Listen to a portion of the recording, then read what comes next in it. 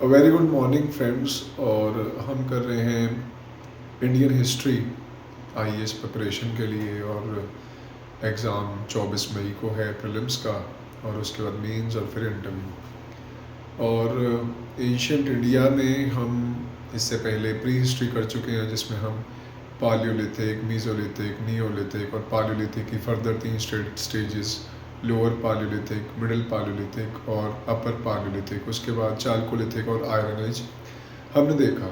उसके बाद हमने देखा इंडस वैली सिविलाइजेशन, जिसमें हमने उनकी साइट्स देखी, उनका आर्किटेक्चर देखा, उनकी टाउन प्लानिंग देखी, उनका सिटैडल देखा, लोअर टाउन देखा, और चानुदरो देखा जिसमें सिटैडल नहीं था, और उनकी पॉटरी देखी वगैरह वगैरह। फिर हमने आर्यन एज देखी, और हमने देखा जैसे ही आर्यंस आ रहे हैं और इंडस वैली सिविलाइजेशन ख़त्म हो रही है, लेकिन अब इसमें लिंक है या नहीं ये थोड़ा सा कॉन्ट्रोवर्शियल, अलग अलग थ्योरीज़ हैं। और हमने देखा कि आर्यंस वेव्स में आ रहे हैं स्टेपीज से, और बोजास्काई इंस्क्रिप्शन देखा टर्की में, जिससे हमें लिंक पता चलता है कि ये लोग वहाँ से आ रहे हैं, उनके गॉड्स के नाम वहाँ पे इंस्क्रिप्शंस में आ रहे हैं। और इंडस वैली के लोगों का भी हमने देखा कि उनका मेसोपोटामिया के साथ, सुमेरिया के साथ ट्रेडिंग लिंक भी था। अब हम कर रहे हैं लेटर वैदिक पीरियड। और लेटर वैदिक पीरियड में से पहले हम जो ऋग वैदिक पीरियड या अर्ली वैदिक पीरियड है, उसमें हमने देखा वो 1500 BCE से लेके 1000 BCE तक चला। और उसमें हमने वैदिक लिटरेचर भी देखा, और वैदिक लिटरेचर के बाद ऐसी लिटरेचर भी देखी जो वैदिक लिटरेचर से प्रेरित थी, जिसमें हमने पुराण देखे, जिसमें हमने अलग अलग संहिताज देखी, जिसमें हमने दर्शन देखे, दर्शन शास्त्र जिसे फ़िलोसफीज़ भी कहते हैं। और ये क्वेश्चन प्रीलिम्स में आया भी हुआ है, फ़िलोसफीज़ और उनके राइटर का नाम मैच द फॉलोइंग में। और उनके गॉड्स देखे। गॉड्स हमने देखा था कि वहाँ टेम्पल्स नहीं मिल रहे थे, लेकिन वो नेचर को ही पर्सोनीफाई कर रहे थे वैदिक पीपल। और उनको आयरन की काफ़ी नॉलेज थी, घोड़ों की नॉलेज थी, और इसी वजह से वो भारी पड़े इंडस वैली सिविलाइजेशन के लोगों पे। जो हमने भारत एक खोज सीरियल, जो श्याम बेनेगल का है, बहुत पुराना सीरियल है, तब तो मैं भी बच्चा होता था। और लेकिन आज भी अगर आप देखो भारत एक खोज, तो आपके काम ही आएगा।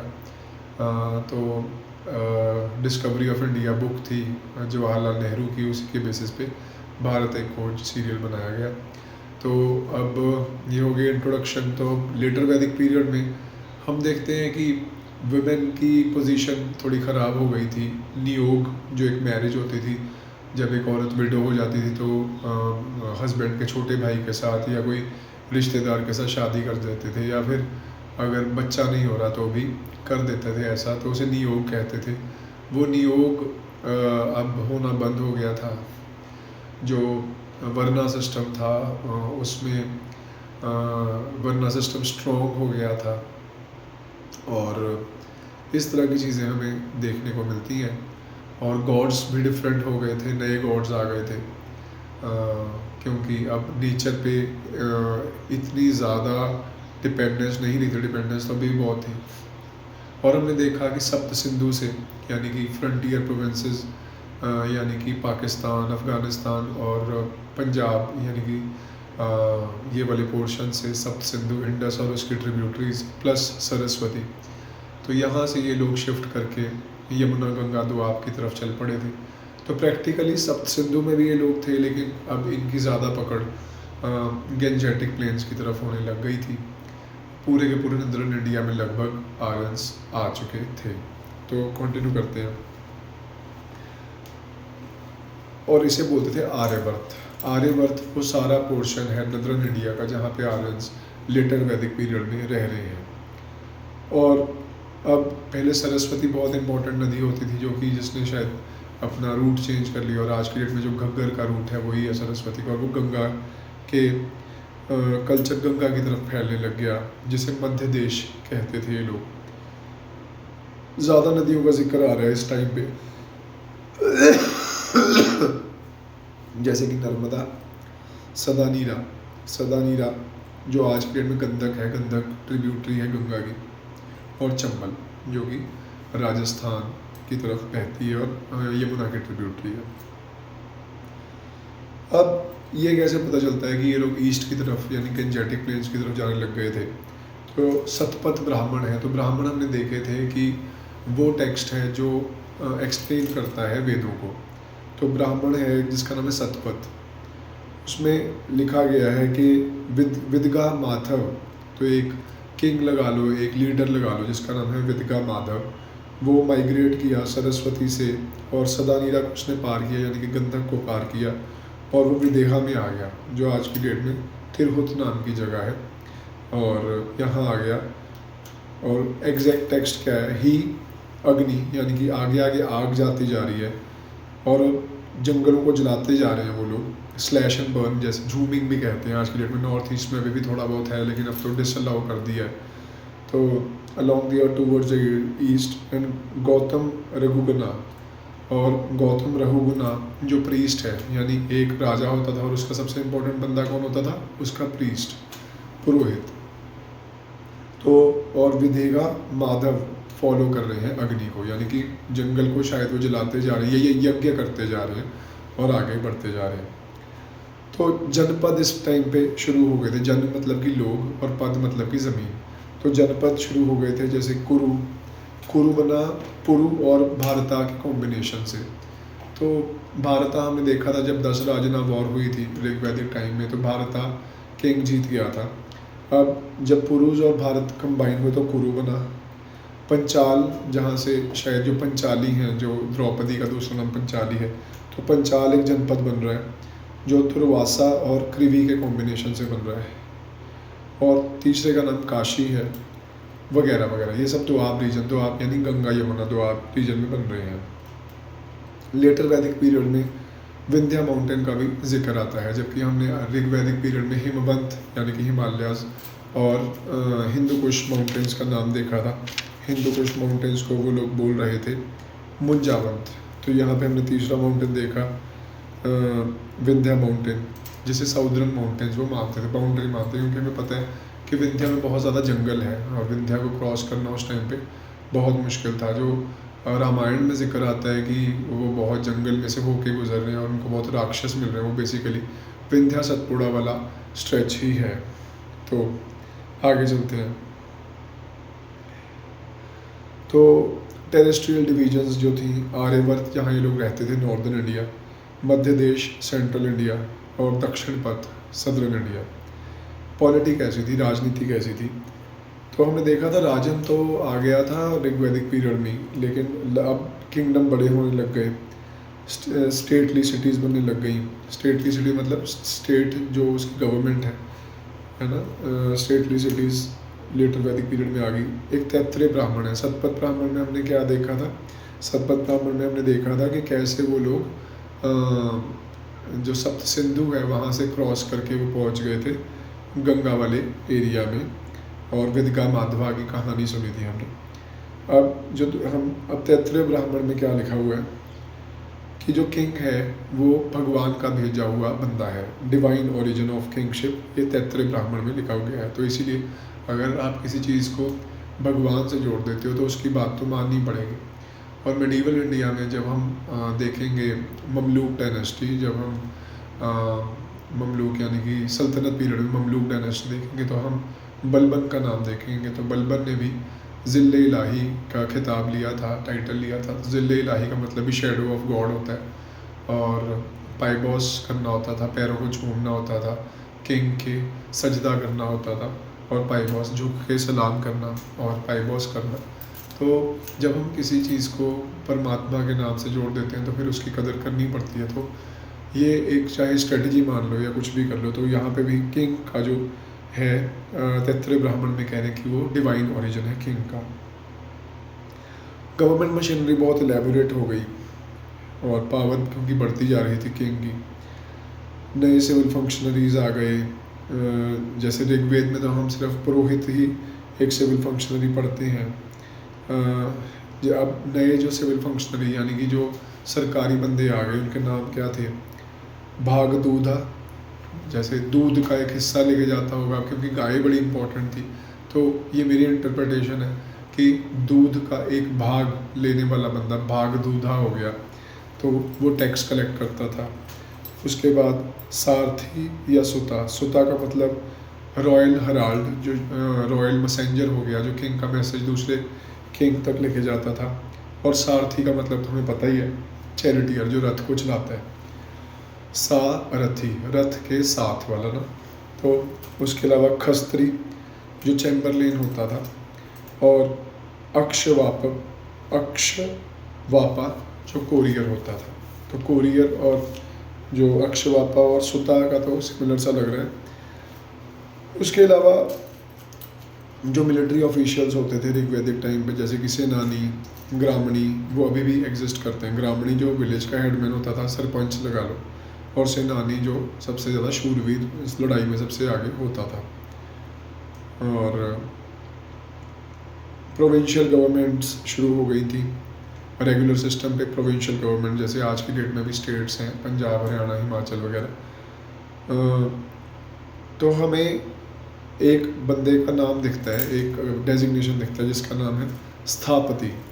स्थापति वो outlying areas occupied by the aboriginals को देखता था। तो जो ओरिजिनल बंदे यहाँ पे रहते थे उनके ऊपर एक हमने अपना बंदा, तो राजा ने अपना बंदा रखा हुआ, उसे बोलते हैं स्थापति, कि एबोरिजिनल्स देखो कैसे काम कर। उन पे हमने डायरेक्ट रूल नहीं किया, वो मान लो इनडायरेक्टली किया हुआ, लेकिन वो एक प्रोविंस है हमारी, तो डायरेक्ट ही हो गया। और एक सतपति होता था, एक स्थापति हो गया, एक सतपति हो गया। वो 100 विलेजेस के ऊपर देख रेख करता था। फिर अधिकृता विलेज ऑफिशियल हो गया, ठीक है। ग्रामणी विलेज हेडमैन हो गया, तो पूरे विलेज का जो उन्होंने चुना हुआ कह लो, या विलेज का ही बंदा हो गया। लेकिन एक ऑफिशियल जो विलेज को देखेगा वो अधिकृता हो गया। उग्रार्स पुलिस ऑफिशियल होता था। उपनिषदों में मेंशन है उग्रार का, तो उग्रास, उग्रास, तो उग्रास जो है वो उपनिषद में मेंशन और ये पुलिस ऑफिशियल होता था। सभा और समिति वही किंगडम का कंट्रोल कर रहे हैं, अफेयर्स को देख रहे हैं। तो किंग जो भी फैसले कर रहा है सभा समिति से पूछ के कर रहा है। ऋग्वैदिक टाइम में, जैसे ऋग्वैदिक टाइम में चल रहा था वैसे ही अभी भी चल रहा है। सभा और समिति से पूछ के, या वो अपना बता रही हमारी तो ये राय है, और किंग उसको मान रहा है। तो उसके अलावा हमने गणा और विधाता भी देखी थी, 2 असेंबलीज। तो विधाता तो बिल्कुल ही ख़त्म हो गई इस टाइम पे आते आते। किंग की स्टैंडिंग आर्मी नहीं होती थी, ना तो ऋग्वैदिक टाइम में ना लेटर वैदिक टाइम में किंग की स्टैंडिंग आर्मी नहीं है।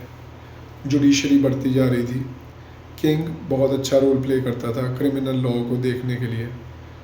एम्ब्रियो को मारना, यानी कि बच्चा पैदा होने से पहले ही उसको मार देना, होमिसाइड, किसी बंदे को मारना, ब्राह्मण को मारना, और सोना चुराना या शराब पीना, जिसे सुरा बोलते थे। तो सोम और सुरा 2 तरह की शराबें होती थी, 2 तरह की इंटॉक्सिकेटिंग ड्रिंक्स होती थी। सोम को पवित्र माना जाता था, और सोम कौन सा, हेम्प जो प्लांट था वो एग्जैक्टली क्या था, और शायद आज की डेट में वो विलुप्त हो गया। पर सुरा को पीना बहुत ही ख़राब माना जाता था। इन सबको सीरियस क्राइम माना जाता था।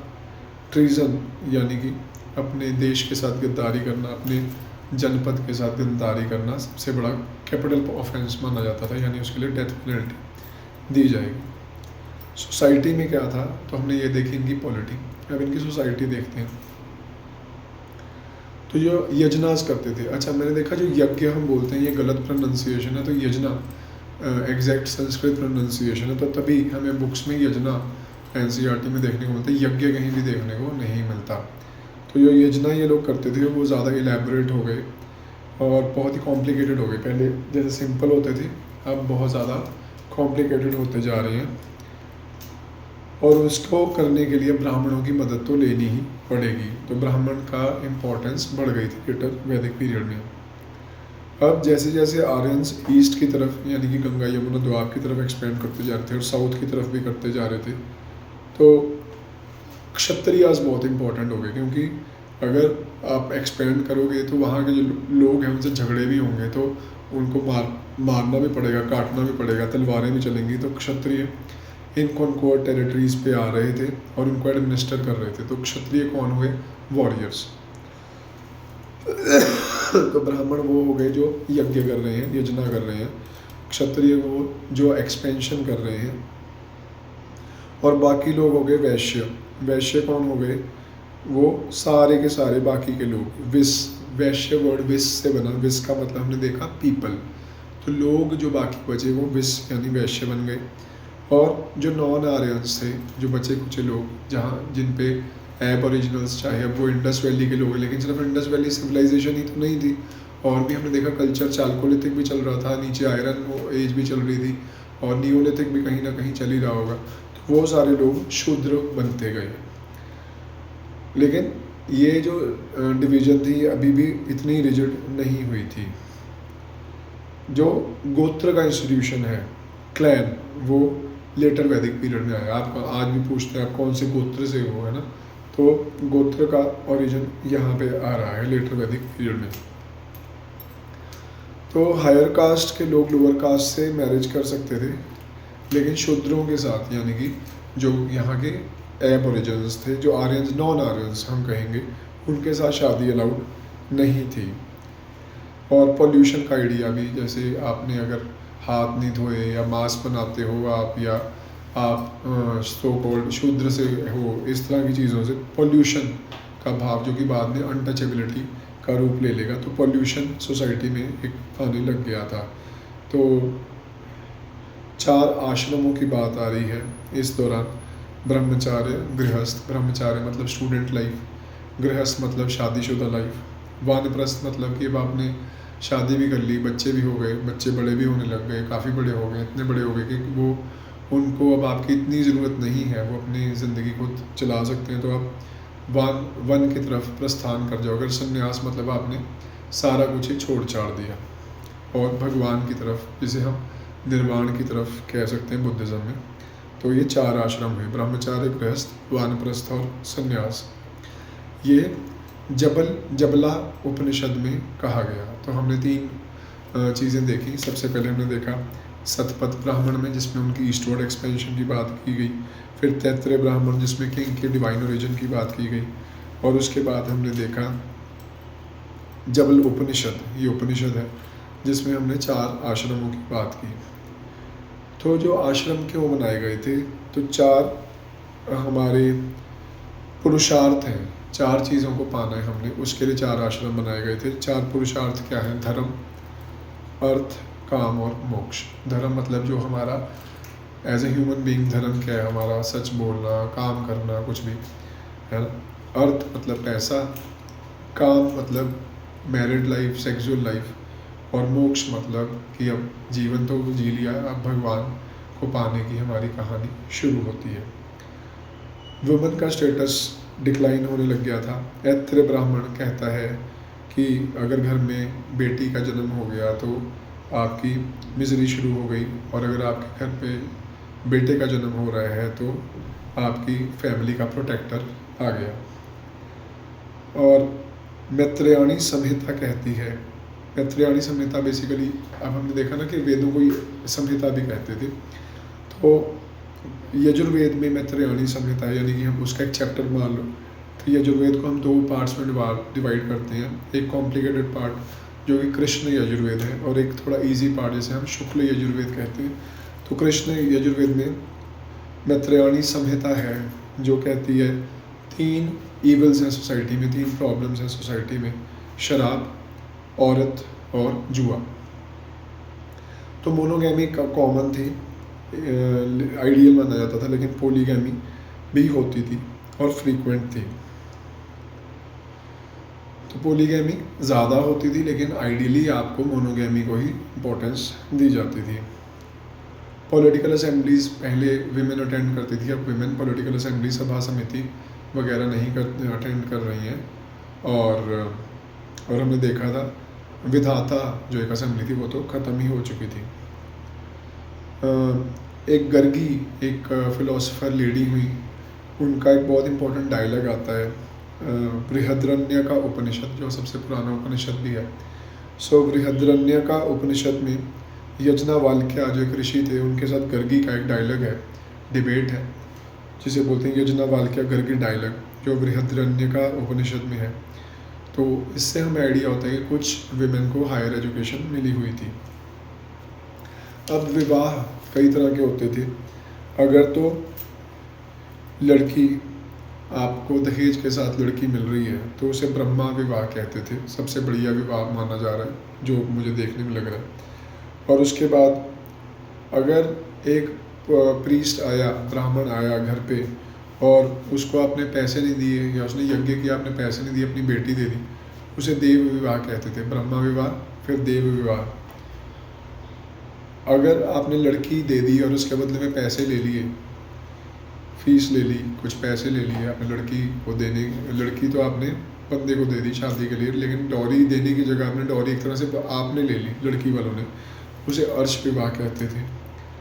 और अगर आपने लड़की दे दी, ना पैसे दिए ना लिए, तो वो प्रजापात्य विवाह होता था। ब्रह्मा, देव, अर्श, प्रजापात्य। और फिर अगर लव मैरिज हो गई उसे गंधर्व विवाह कहते थे, जो कि आज की डेट में बहुत कॉमन है। तो आज की डेट में गंधर्व विवाह सबसे कॉमन चल रहा है। फिर अगर आपने लड़की खरीद ली, देखो एक है वो पैसे अपनी मर्ज़ी से दे रहे हैं, है ना, लड़की के घर वाले अपनी मर्ज़ी से डॉरी दे रहे हैं, वो तो ब्रह्म विवाह है। लेकिन अगर आपने, और अगर आप पैसे दे रहे हो अर्श विवाह में, आप कह रहे कि लड़की अगर लेनी है तो इतने पैसे दे दो, लड़की ले जाओ, तो वो अर्श विवाह है। और अगर लड़की खरीदी है, ये असुर विवाह माना जाएगा कि हम लड़की दे दो, इतने पैसे दे देंगे। मतलब ये थोड़ा सा असुर से जो समझ आ रहा है कि ये थोड़ा सा नेगेटिव कोनोटेशन में है, जबकि वो एक पॉजिटिव कोनोटेशन में है। ठीक है, जो अर्श विवाह और असुर विवाह मिलते जुलते हैं, लेकिन अर्श विवाह थोड़ा पॉजिटिव कोनोटेशन लग रही है और असुर विवाह थोड़ा जोर ज़बरदस्ती से आपने पैसे दे के लड़की खरीद ली ना, कुछ वैसा लग रहा है।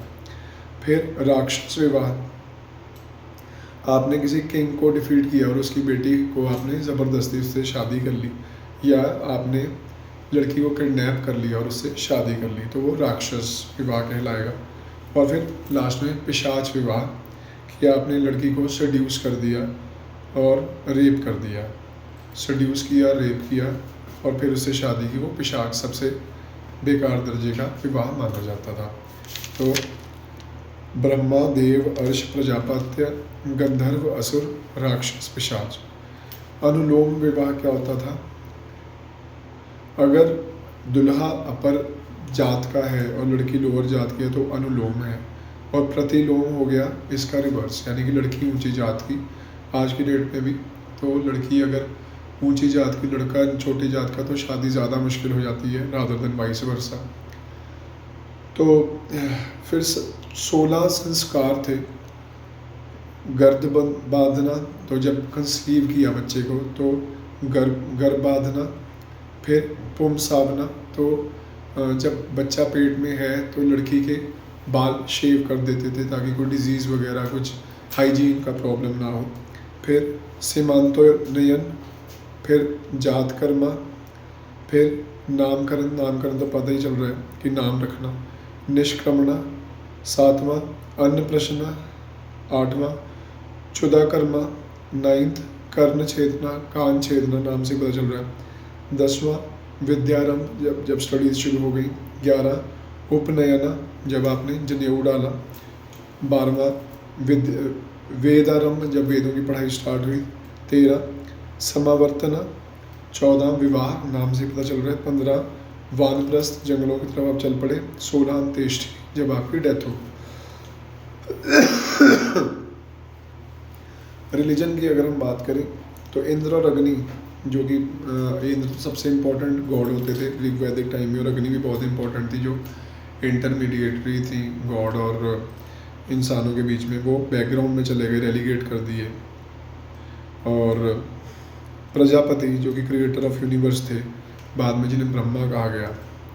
विष्णु जो कि आर्यंस के पैट्रन माने जाते थे।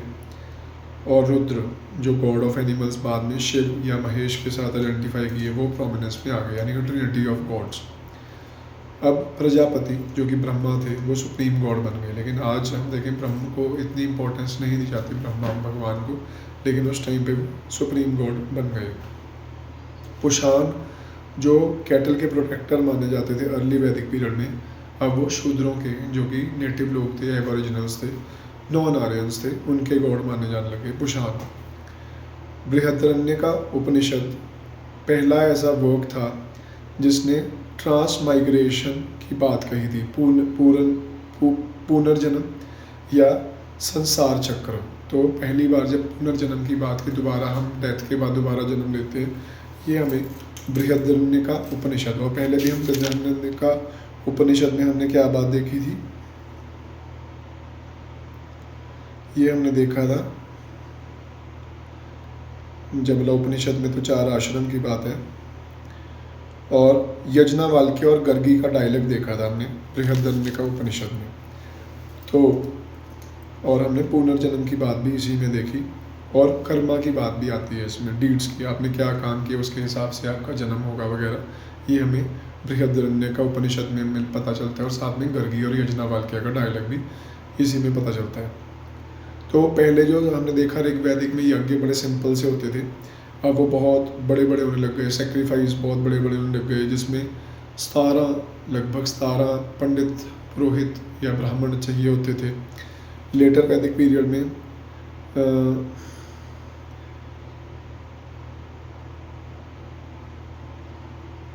चलो ये हो गया।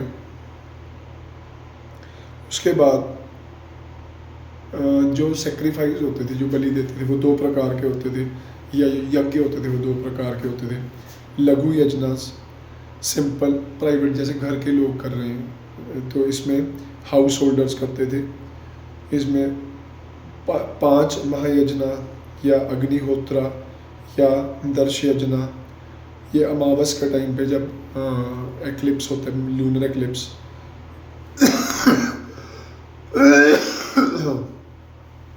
पुनर्मासा यज्ञ तो फुल मून पे, तो या तो अमावस पे या फिर फुल मून पे ये यज्ञ होते थे। इनके नाम क्या है? 5 महायज्ञ, अग्निहोत्रा या दर्श यज्ञ। तो 5 या 10 ऐसे कुछ नाम से पता चल रहा है, इनको बोलते थे लघु यज्ञास।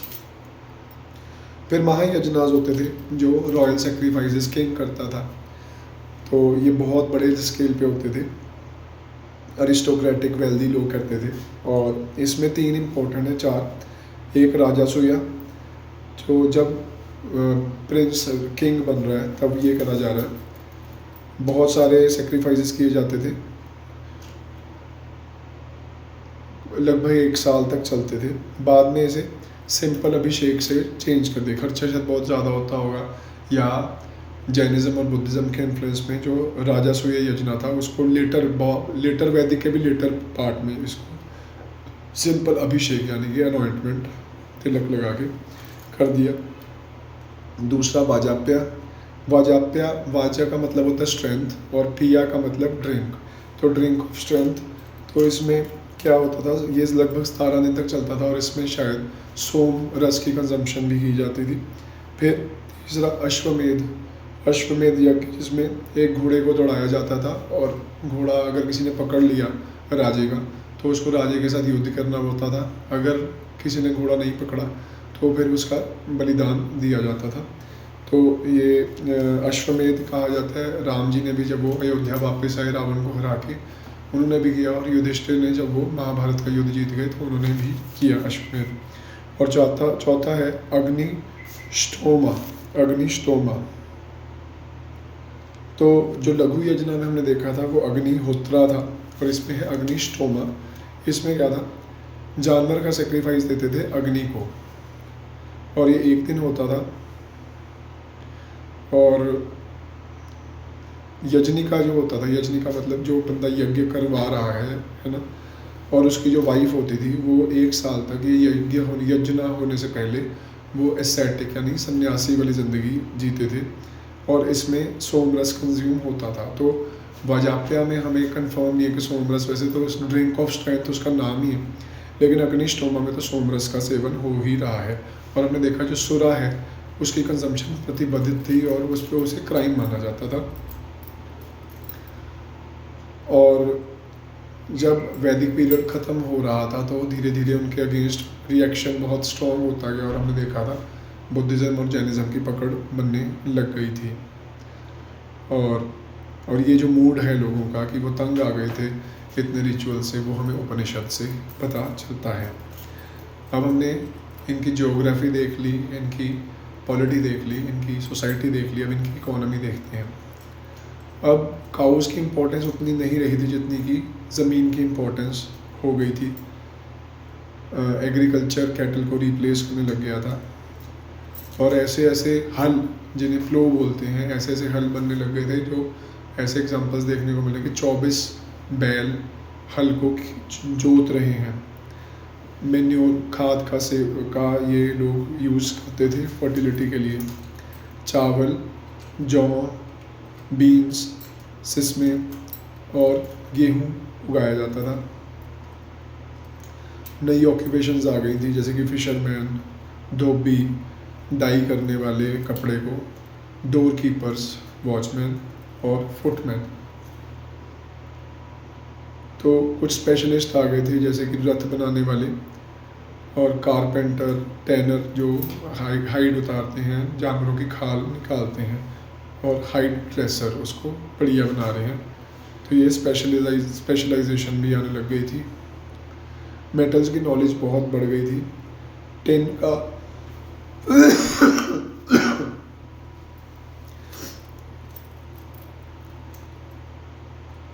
तो ऋग्वेद में जिक्र है, mention of tin, silver and iron was made apart from gold and आयस, ईदर कॉपर और आयरन इन ऋग्वेद। तो ऋग्वेद में अलग अलग मेटल्स का जिक्र आ रहा है, टिन, सिल्वर, आयरन, गोल्ड और आयस। अब आयस हमें कन्फ्यूजन है कि कॉपर है कि आयरन है। वैसे ये बात तो मुश्किल है कि उनको कॉपर का पता ना हो, जब इंडस वैली के इतने आर्टिफैक्ट्स यहाँ पे पड़े हुए थे और उनकी हमने देखा वो छोटी छोटी उनकी फैक्ट्रीज़ कह लो जहाँ पे वो बनाते थे।